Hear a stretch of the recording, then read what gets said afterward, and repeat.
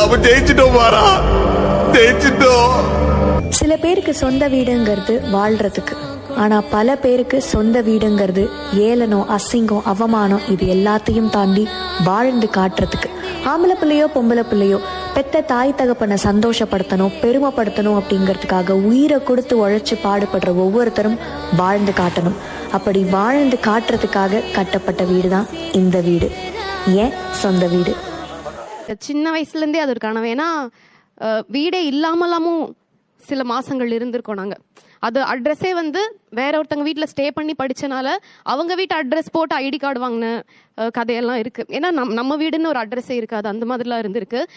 நமக்கு வந்து நல்ல வாடகை வீடு கிடச்சிட்டா சூப்பர்ன்ற நிலைமை தாண்டி இன்னைக்கு நம்மளோட பூமியில் நம்ம இருக்கோம், கீழேருந்து வானம் வரைக்கும் இது நம்மளோட இடம் அப்படின்னு நினச்ச ஒரு வீடு கட்டது ரொம்ப சந்தோஷம். அதுவுமே பிரபாவுமே அப்படிதான். அவங்களுமே சின்ன வயசு நிறைய கனவுகளோடு இருந்து அவங்க வீட்டில் வந்து ஏதோ ஒன்று வரைஞ்சி வச்சிருந்தாங்க, இது நம்ம லேண்ட் அப்படின்னு வரைஞ்சி.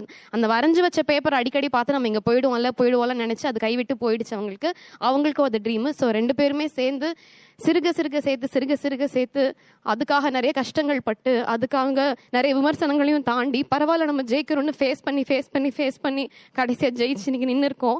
நேற்று தான் கிரகப்பிரவேசம் முடிச்சோம். நேற்று நைட் அந்த வீட்டில் தூங்கியே ஆகணும்னு சொன்னாங்க. தூங்கிட்டு இன்னைக்கு காலையில் அப்படியே இந்த ஷோக்கு நாங்கள் காலையில் கிரகப்பிரவேசம் அன்னைக்கு இந்த வீட்டில் தூங்கணுமாங்க. கால கனவு. ஓகே, இவ்வளோ அவமானங்கள் கஷ்டங்கள்லாம் கடந்து உங்கள் பூமி நீங்கள் சொல்லதே எனக்கு அழகாக தெரிஞ்சது. கீழே பூமியிலேருந்து வானம் வரைக்கும் நம்மோட்டு தான் அப்படிங்கிற அந்த ஃபீல் இருக்குல்ல.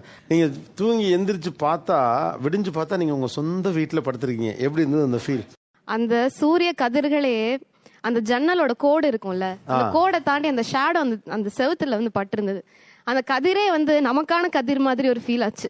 நம்ம வீட்டில் நம்ம கட்டின வீட்டில் அந்த சூரிய கதிர்கள் அந்த ஜன்னலோட ஷேடோவோட பக்கத்து அவ்வளோ அழகாக இருந்துச்சு. என்னோட வீட்டில் போய் எல்லா கதவையும் நான் முதல்ல திறந்தது. பின்பக்க கதவெல்லாம் வச்சு ஒரு வீடெல்லாம் நான் பார்த்ததே கிடையாது. வாழ்ந்ததே கிடையாது. நாங்கள் அதெல்லாம் போய் ஓப்பன் பண்ணும்போது அவ்வளோ மனசுக்கு நிறைவாக இருந்துச்சு. ஆனால் நிஜமா ரொம்ப ரொம்ப சந்தோஷமா இருந்தது.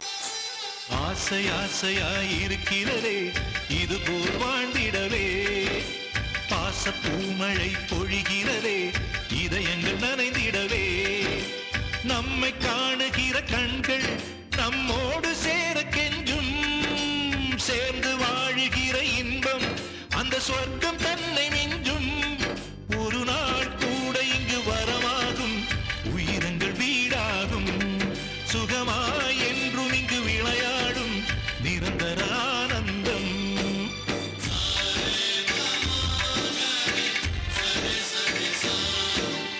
ஆசை ஆசையாய் இருக்கிறதே இதுபோல் வாழ்ந்திடவே, பாச பூமழை பொழிகிறதே இதயங்கள் நனைந்திடவே.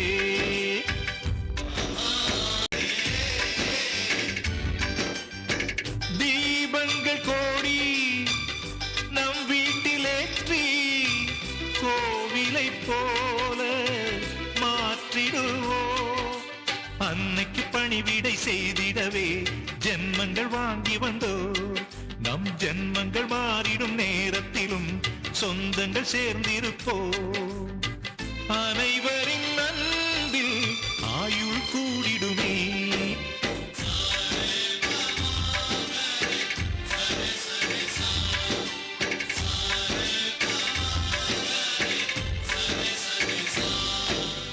ஆசை ஆசையாய் இருக்கிறதே இதுபோல் வாழ்ந்திடவே, பாச பூமழை பொழிகிறதே இதயங்கள் நனைந்திடவே.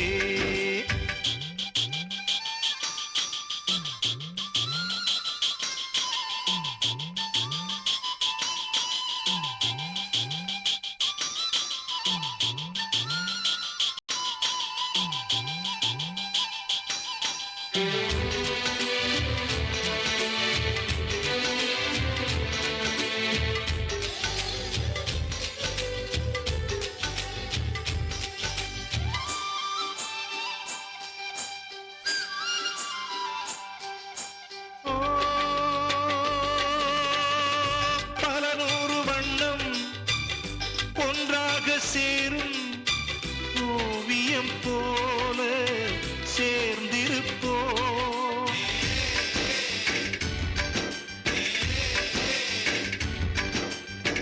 வரலாறு எல்லாம் நம் பேரை நாளை சொல்வதை போல வாழ்ந்து